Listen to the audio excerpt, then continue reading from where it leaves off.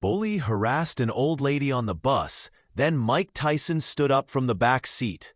The stale, recycled air of the city bus hummed with the low murmur of its few afternoon passengers, a monotonous drone that usually lulled its occupants into a quiet stupor.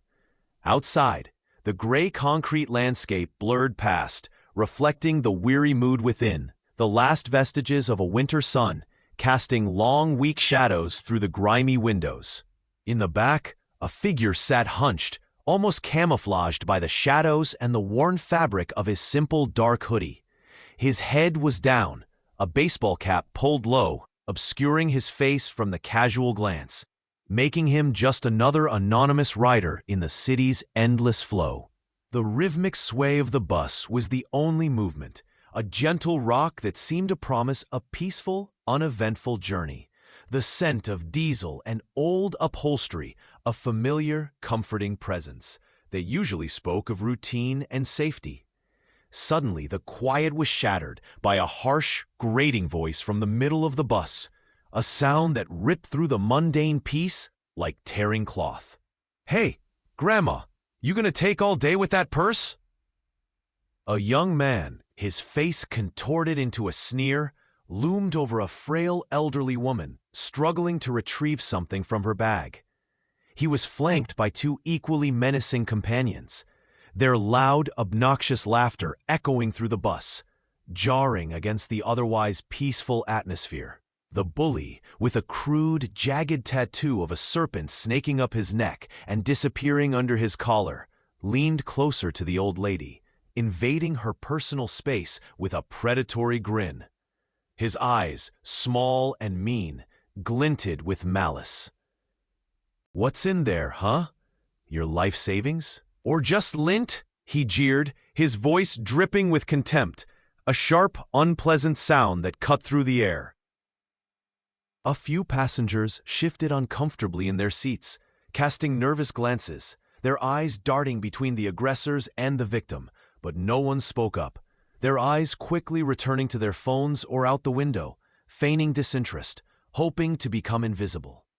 The bus driver, a weary man named Frank with a graying mustache and tired eyes, glanced nervously in his rearview mirror, his knuckles white on the steering wheel, but kept his eyes fixed on the road, his jaw tight, a silent plea for the situation to resolve itself. The old woman, her hands trembling visibly, fumbled with her worn dark leather purse, her face etched with fear and embarrassment, her silver hair pulled back in a neat bun, a few wisps escaping around her temples.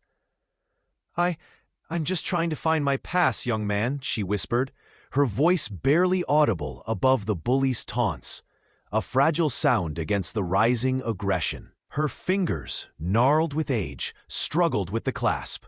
He snatched the purse from her grasp with a sudden, rough movement, a cruel tug that almost pulled her forward, holding it aloft like a trophy. "Oh, a pass! How quaint!" he mocked, shaking it roughly, causing a few coins, a crumpled tissue, and a small, intricately carved wooden bird to fall to the grimy floor, scattering under the seats. His friends guffawed, their laughter harsh and devoid of humor, enjoying the spectacle of her distress, one of them, a lanky youth with a backward baseball cap, kicking a coin further under a seat. The old woman let out a small whimper, a sound of pure vulnerability, her eyes welling up with tears that threatened to spill over, blurring her vision. The air in the bus grew thick with unspoken tension, a heavy silence from the other passengers who pretended not to see, not to hear, their faces a mixture of discomfort, fear, and a desperate hope that someone else would act. The pungent scent of cheap cologne from the bullies mingled unpleasantly with the faint, sweet smell of the old woman's lavender sachet, a stark contrast of aggression and vulnerability. "Look at her, crying like a baby," one of the bully's friends snickered, nudging his companion with his elbow, a cruel glint in his eye. "Pathetic." The old woman bent down, her frail fingers attempting to retrieve her scattered belongings, her movements slow and pained, her back aching, but the bully deliberately stepped on a few of the coins, grinding them into the grimy floor with the heel of his heavy boot, a sickening scrape of metal on metal. "Oops," he said, feigning innocence, a cruel smirk playing on his lips, a flash of metallic glint from a silver tooth. "Butterfingers, Grandma?" Frank, the bus driver, tightened his grip on the wheel, his temples throbbing, his heart pounding against his ribs. But he remained silent, bound by company policy to avoid confrontation, a policy that felt like a betrayal of his own conscience. No one intervened. The other passengers remained frozen, their gazes fixed anywhere but on the scene unfolding, their inaction a heavy cloak of complicity, each person trapped in their own fear. A young girl, no older than 7, clutched her mother's hand, her wide, innocent eyes filled with confusion and fear as she watched the old lady's humiliation, a single tear tracing a path down her own cheek, reflecting the flickering overhead lights of the bus. "Tell us where you're watching from in the comments." A thought seemed to echo through the bus, a silent plea for someone, anyone, to break the spell of fear, because you won't believe what's about to happen next. The bully then took the old woman's war-knitted scarf, which had fallen from her neck, and playfully tossed it back and forth with his friends, like a trophy, stretching it out of shape, the delicate yarn snagging. "Nice scarf, Granny. Is it vintage?" He laughed, his voice grating, the sound of fabric tearing slightly audible, a small rip appearing in the worn wool. The old woman, defeated, simply sat back, her head bowed, her shoulders slumped, tears silently tracing paths down her wrinkled cheeks, reflecting the dim interior lights of the bus, her spirit visibly broken. The bully, feeling completely in control, puffed out his chest, his eyes scanning the other passengers, daring anyone to challenge him, a triumphant smirk plastered across his face. He raised the purse above his head, ready to toss it to his friend, a final act of disrespect, a gesture of utter contempt. And if you're wondering what happens next, what hidden force is about to be unleashed from the shadows, make sure you're subscribed to the channel so you never miss a moment like this. Trust me, these bullies had no idea who was sitting quietly in the back, observing their cruelty, and you'll want to see how this story explodes into an unforgettable confrontation. The bus continued its journey oblivious to the brewing storm, the mundane rhythm of the engine a stark contrast to the rising fury in the back, a silent, powerful energy building, vibrating through the very structure of the vehicle. The air grew heavy, charged with an unspoken tension, a palpable sense of impending change. From the back seat, a subtle shift occurred. The figure in the hoodie, slowly, almost imperceptibly, lifted his head. The brim of his baseball cap, which had hidden his face in shadow, now revealed a pair of eyes that were not just observing, but burning with a quiet, intense fire, a deep, dark gaze that seemed to pierce through the dim light, radiating an aura that began to subtly shift the atmosphere in the bus. It was a gaze that could stop a charging bull, a look of focused, simmering power, radiating an aura that began to subtly shift the atmosphere in the bus. A ripple of unease spreading from the back. The bully, still laughing, paused mid-toss, a sudden, inexplicable chill running down his spine, a prickling sensation on the back of his neck. He glanced towards the back, his eyes briefly meeting the intense stare. For a split second, his bravado faltered, a flicker of uncertainty crossing his face, a momentary loss of his arrogant smirk. He quickly dismissed it, shaking his head, trying to convince himself it was nothing, just an old man. "What are you looking at, old man?" he mumbled, trying to regain his composure. But his voice was thin, trembling slightly, lacking its earlier conviction, a hint of fear creeping in. Then a low, resonant voice, deep and gravelly, cut through the bus's hum, a sound that commanded immediate attention, silencing the remaining snickers and whispers. "Put the lady's purse down." The words were calm, measured, but carried an undeniable weight. A silent threat that vibrated through the metal frame of the bus, echoing in the sudden, profound silence. Every head on the bus snapped towards the back. every eye fixed on the source of the voice. The figure in the hoodie slowly, deliberately pushed his cap back, revealing a face that was instantly recognizable, etched with the scars of countless battles, a face that had once dominated arenas and struck fear into the hearts of the toughest men on the planet. It was Mike Tyson. A collective gasp rippled through the bus, a wave of shock and disbelief, a sudden intake of breath from every passenger, a mixture of awe and terror. The bullies froze, their faces draining of color, their laughter dying in their throats, replaced by a look of pure, unadulterated terror.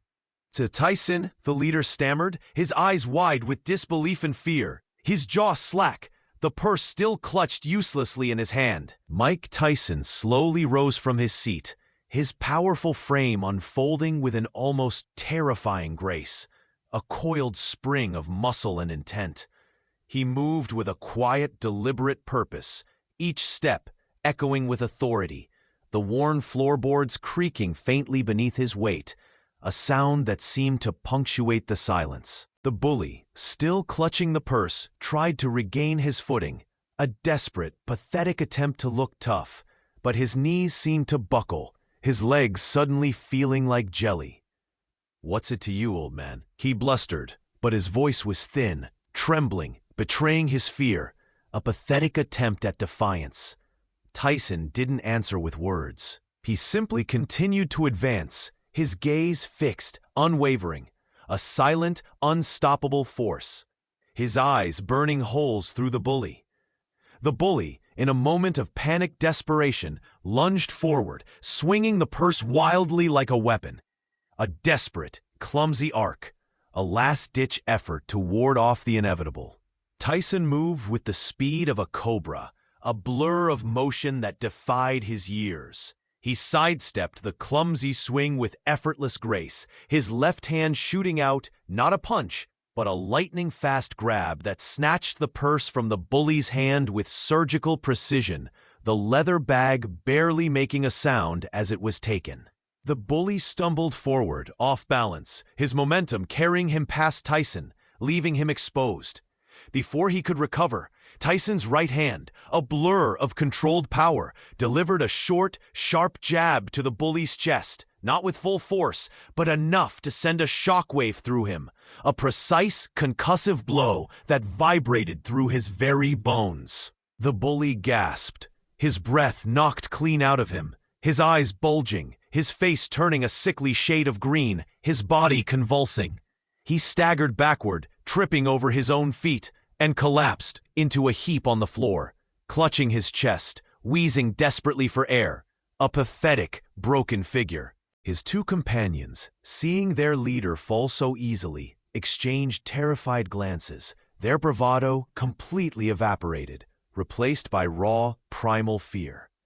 One tried to make a run for the back door, scrambling over seats, his movements clumsy and panicked, but Tyson's gaze, sharp and unyielding, pinned him in place, a silent command to stop, to surrender. The other, the one with the crude neck tattoo, tried to pull out a small, cheap knife from his pocket, his hand trembling so violently he could barely grip it, the blade catching a flicker of light, a desperate, futile gesture.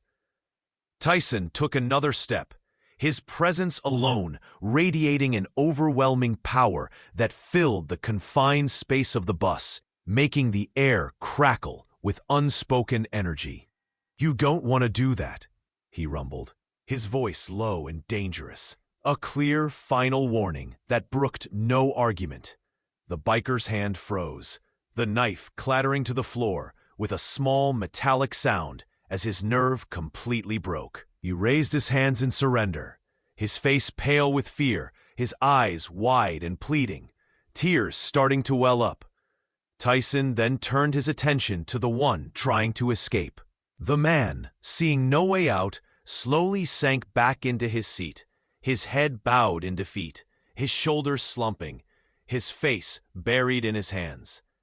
Tyson then walked over to the old woman, who was still trembling slightly, her eyes wide with a mixture of fear and awe, and gently placed her purse back in her lap. His large hands surprisingly delicate, a stark contrast to the power it had just displayed. He then bent down, his movements slow and deliberate, and carefully picked up the scattered coins, the crumpled tissue, and the small, intricately carved wooden bird, placing them back into her bag with meticulous care. He even smoothed out the wrinkled scarf before handing it back to her, a gesture of profound respect. With the bully subdued and the old woman's belongings restored, Tyson simply turned and walked back to his seat in the rear of the bus. He pulled his cap back down, once again becoming the anonymous figure he had been moments before, blending into the shadows, his presence now a calming force. The bus, which had been silent in shock, now erupted in a murmur of relieved whispers and awestruck exclamations, a wave of chatter washing over the passengers, a collective sigh of relief. The young girl, no longer afraid, looked at her mother with wide, admiring eyes, a small smile playing on her lips, a newfound hero in her innocent gaze. Frank, the bus driver, finally finding his voice, pulled over to the side of the road and with trembling hands called the police on his radio, his voice filled with a mixture of relief and disbelief. Tyson remained in his seat, a silent guardian, his presence a calming force, a quiet sentinel. When the police arrived a few minutes later, their sirens wailing faintly in the distance before growing louder, and escorted the humiliated, whimpering bullies off the bus, their faces bruised and their spirits broken, Tyson simply offered a small, almost imperceptible nod to the old woman, a gesture of reassurance and respect, a silent acknowledgement of her ordeal.